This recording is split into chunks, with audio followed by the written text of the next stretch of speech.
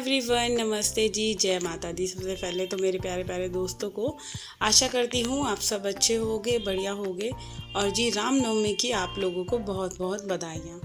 तो जी आज है रामनवमी और मैं सुबह जल्दी उठ गई हूँ और जल्दी उठकर लग गई अपने किचन में माँ का भोग बनाने के लिए, क्योंकि आज नवमी होती है हमारे यहाँ, तो नवमी पूजेगी। और इधर मम्मी जी लगा रही हैं भोग अपना अंगारी पे, जो लौंग वगैरह चढ़ाते हैं। और मैं लगी हूँ अपने किचन के फटाफट फटाफट सारे काम करने में, क्योंकि मेरा काम हो रहा है लेट और अभी बज गए थे 6:30 पौने 7 बजे का टाइम हो गया था। तो इधर मैं सूजी का हलवा बना रही हूँ। छोले नाइट में ही मैंने भिगो के रख दिए थे और छोले मेरे भीग गए थे, और सुबह बस नहा धो के झाड़ू पोछा करके मैं सबसे पहले छोले बॉईल होने के लिए रखे हैं। और छोलों को ना मैं साथ ही तड़का देकर सीटी लगने रख देती हूँ। इससे क्या होता है कि मसाला जो है वो छोलों में अच्छे तरीके से मिक्स हो जाता है। तो चलिए अभी इधर छोले बन रहे हैं और यहाँ मैंने हलवा मेरा भुन रहा है। तो मैं ये सोच रही थी, क्योंकि हलवा मीडियम आंच पे भुनेगा, तो जब तक मैं क्यों ना आटा गूंद कर जो है रेडी कर लेती हूँ, क्योंकि आटे का काम निपट जाएगा। फिर ये है कि जल्दी से सिर्फ कंजे के जमाने रह जाएंगी। और हमारे यहाँ ना कंजक वैसे भी जल्दी जिम जाती है, बच्चे जो है जल्दी से कंजकों को ले आते हैं। तो आटा बस थोड़ा सा ही गूंदना है, क्योंकि बच्चे मेरे वैसे भी पूड़ी वगैरह कम ही खा के राजी होते हैं। हाँ, कचौड़ी फिर भी मन से खा लेते हैं, पूड़ी तो बहुत ही कम खाते हैं। तो मैं आटा ज़्यादा नहीं गूंदूंगी, सिर्फ कंजकों के हिसाब से ही गूंदूंगी। तो चलिए अभी फटाफट से जल्दी से जो है आटा गूंद लेते हैं। और पूजा पाठ का काम मम्मी ने सारा ख़त्म कर दिया है। अच्छा, यहाँ पे ना हम अपना जो माता रानी के मंदिर जाते हैं, हम काली माता के मंदिर हो आए थे, मैं और मेरी जेठानी। तो बस आने के बाद फिर जल्दी जल्दी घर के कामों में लग गई मैं, कि भाई पहले यही होता है त्यौहार पे कि जल्दी से हम कंजक पूज लें, तो सबसे बढ़िया है। एक जो रिस्पॉन्सिबिलिटी समझ लो या कुछ भी है, कि जल्दी जल्दी कोई भी त्यौहार होता है जल्दी से पूज लो तो ज़्यादा अच्छा है। तो इसीलिए अभी मैं बस जल्दी जल्दी लग रही हूँ। यहाँ हलवा जो है, हलवा बनने में टाइम लगता है, तो इसलिए उसको मैंने मीडियम फ्लेम पे कर दिया है, क्योंकि इतनी देर में ना मेरा आटे का डो लग के रेडी हो जाएगा। जितनी देर में मैं आटा गूंदूंगी उतनी देर में हलवा जो है धीमी आंच पे मेरी सूजी बुनती रहेगी। अच्छा, सूजी के हलवे में ना मैं थोड़ी सी, जैसे मैं 250 ग्राम सूजी लेकर आई, उसके अंदर मैंने 2-3 चम्मच बेसन डाल दिया। तो बेसन डालने से ना हलवा बहुत अच्छा बनता है। थोड़ा सा बेसन डाल दो, आप भी कभी ट्राई करना।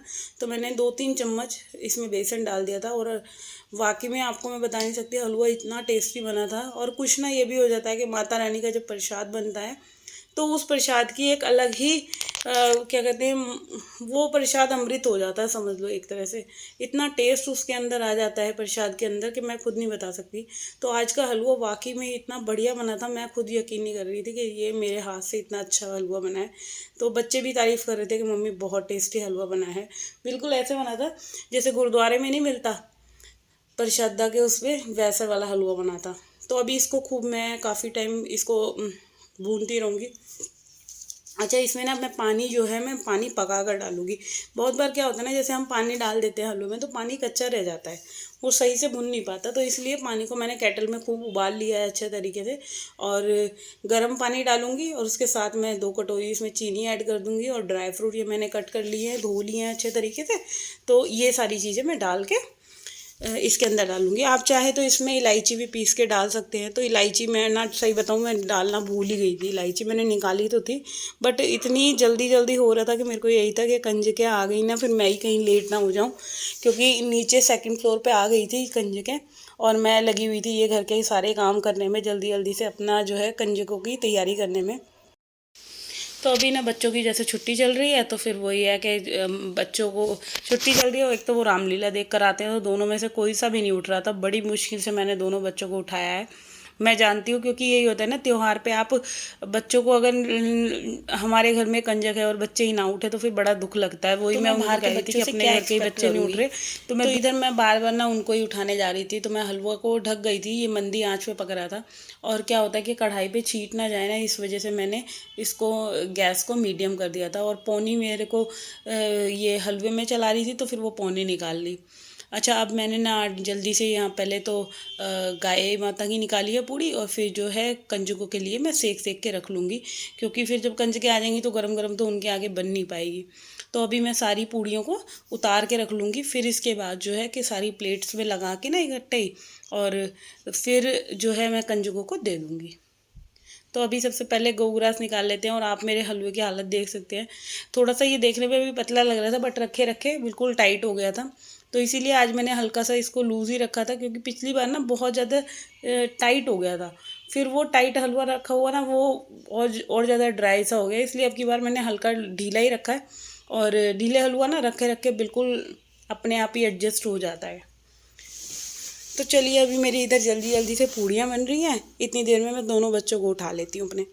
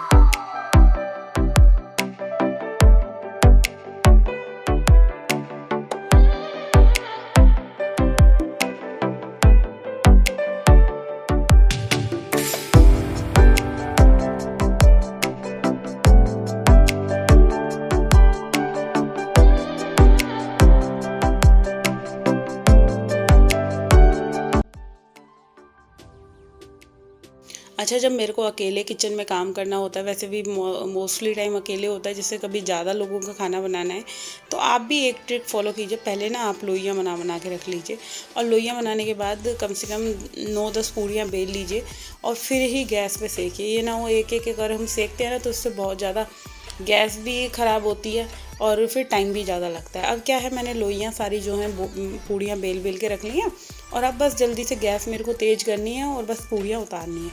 तो ऐसे करके ना एक छोटे छोटे से ये हमारे एक आदत समझ लो, ये कुछ हैबिट समझ लो, कि अगर हम ऐसे ऐसे जो है आदत यूज़ करेंगे, जैसे पूड़ियाँ बेल ली और जल्दी से गैस तेज़ करी और फिर जल्दी जल्दी उतारी, तो इससे हमारा जो है टाइम सेविंग भी हो जाता है, और सारी की सारी पूड़ियाँ उतारने में फिर एक ये होता है ना, इंटरेस्ट सा भी आता है सेकने में। वरना क्या है कि हम एक बेल रहे हैं फिर डाल रहे हैं, फिर एक बेल रहे हैं फिर डाल रहे हैं, उससे तो काम बहुत ज़्यादा बढ़ जाता है। तो चलिए, अभी इधर जो है मेरी पूड़ियाँ सिक गई थी, और मैंने बच्चों को दोनों को उठा दिया था, तो दोनों के दोनों उठ गए काफ़ी मुशक्क़त के बाद, और दोनों नहा रहे हैं। और कंजकें तो ना सेकंड फ्लोर पे आ गई हैं, तो इसी वजह से मैं उनको जल्दी जल्दी बोल रही थी कि तुम लोग जल्दी से नहा लो और नीचे से कंजकों को ले आओ। तो बस अभी जल्दी से ये सारी तैयारी कर लेते हैं, और फिर मैं कंजकें जमाऊँगी।